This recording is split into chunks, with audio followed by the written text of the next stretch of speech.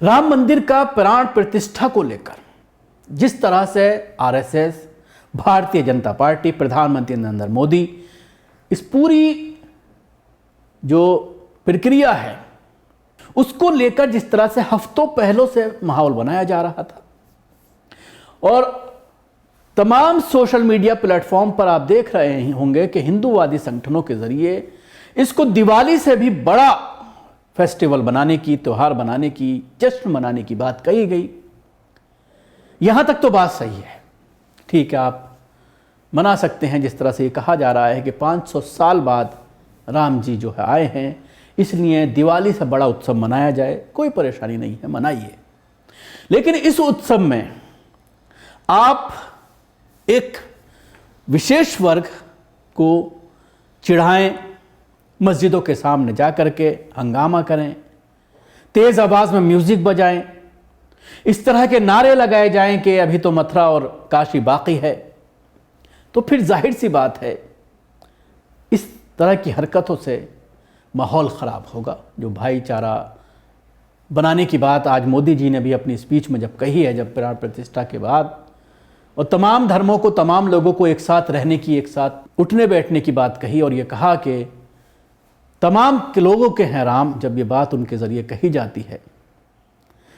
लेकिन वो अलग बात है कि जब इलेक्शनों में जब उनके ज़रिए भी जब स्पीच दी जाती है तो किस तरह से बांटने की बात की जाती है। 20 और 80 का बात योगी आदित्यनाथ करते हैं, शमशान और कब्रिस्तान का जिक्र मोदी अपनी स्पीचों में फ़ायदा उठाने के लिए करते हैं, वो एक अलग मुद्दा है। लेकिन इस प्रोग्राम में मैं बात कर रहा हूं कि किस तरह से देश के मुख्तलिफ इलाकों में माहौल बिगाड़ने की कोशिश की। मुस्लिम बहुल इलाके में जाकर के रैलियां निकालना, मुस्लिम बहुल इलाके में जाकर के हंगामा करना, हाथों में झंडे लेकर के जय श्री राम के नारे लगाते हुए, और फिर इस तरह का म्यूजिक बजाना जिससे कहीं ना कहीं मुसलमानों के जज्बात को ठेस पहुंचती हो, उससे माहौल ख़राब करने की कोशिश की गई। हालांकि पुलिस और कुछ समझदार लोगों की, दोनों ही तरफ से, चाहे वो हिंदू हो या मुसलमान, दोनों ही तरफ के कुछ समझदार लोगों के जरिए हालात ख़राब होने से रोके गए।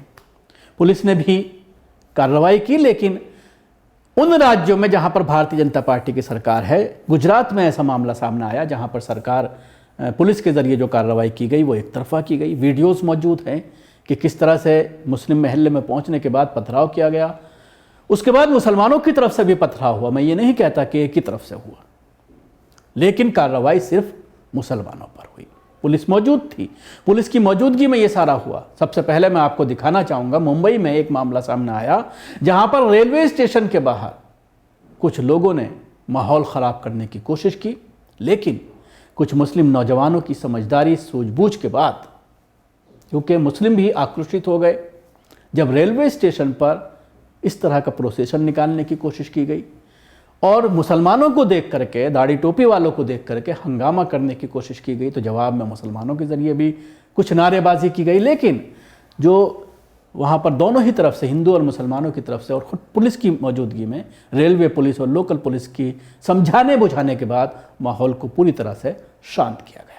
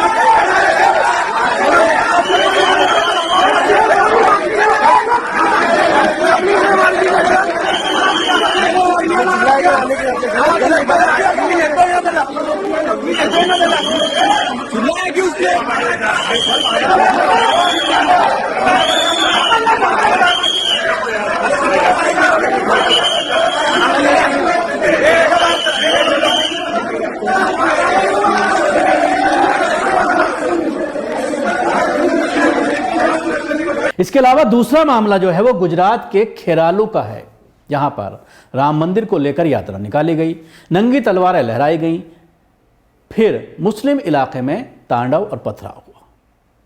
मामला सिर्फ मुसलमानों के खिलाफ ही दर्ज किया गया है। शायद मुसलमानों को हर बार इस तरह से जो निशाना बनाया जाता है, सवाल यही खड़ा होता है कि सारी चीज़ें सीसीटीवी फुटेज मौजूद होने के बावजूद सिर्फ मुसलमानों के ऊपर ही मामला क्यों दर्ज किया गया है। मामला गुजरात के मेहसाना ज़िले का है, जहां पर खेरालू गांव में अयोध्या में राम मंदिर के आयोजन को लेकर रविवार को निकाली गई राम यात्रा के दौरान पथराव हुआ। घटना की गंभीरता को देखते हुए भारी संख्या में पुलिस बल भी पहुंचा। पथराव के बाद यात्रा रोक दी गई और करीब 2.5 घंटे बाद पुलिस की मौजूदगी और स्थानीय विधायक की मौजूदगी में यात्रा पूरी हुई। इस घटना में हिंदू समुदाय का दावा है कि उकसाने का कोई कार्रवाई नहीं की गई, फिर भी हमला हुआ, जबकि मुस्लिम समुदाय के नेताओं का दावा है कि यात्रा में चल रहे ट्रैक्टर में जो लोग बैठे थे उन लोगों ने उकसावे वाली बात कही। मेहसाणा रेंज के पुलिस महानिरीक्षक वीरेंद्र यादव ने मीडिया से बात करते हुए कहा कि पुलिस ने जुलूस के दौरान पर्याप्त व्यवस्था की थी। हालात बिगड़ने पर आंसू गैस के गोले दागे गए। फिलहाल जांच जारी है और पथराव की घटना में देखे गए लगभग 15 लोगों को हिरासत में ले लिया गया है। मामले में 32 लोगों पर एफआईआर दर्ज की गई है, लेकिन किसी भी गिरफ्तारी नहीं की गई है। खेरालू में सांप्रदायिक तनाव की घटनाएं आम नहीं हैं। करीब 15-17 हज़ार की आबादी वाले इस गांव में सिर्फ 2500 से 3000 मुस्लिम रहते हैं और सवाल ये भी है कि तमाम आपस में मिलजुल कर रहते हैं, लेकिन कुछ लोगों ने हालात ख़राब करने की कोशिश की।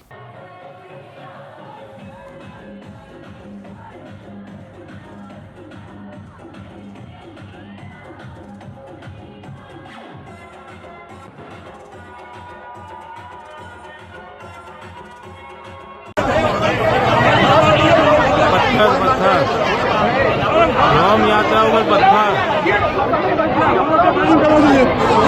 रोम यात्रा ऊपर पत्थर, खेरालू में रोम यात्रा ऊपर पत्थर, आ पत्थर खेरालू रोम यात्रा ऊपर पत्थर आ बैरो मारी। खेरालू रोम यात्रा ऊपर पत्थर मारो। देखो आप भाई ऊपर चढ़े हुए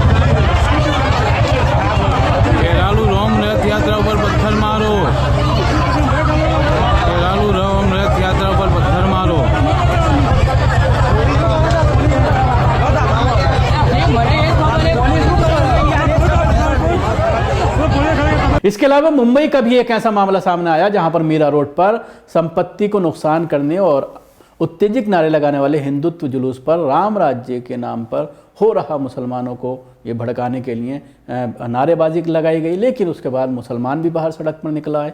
पुलिस ने हालात को किसी तरह से कंट्रोल किए और माहौल को शांत करने की कोशिश की।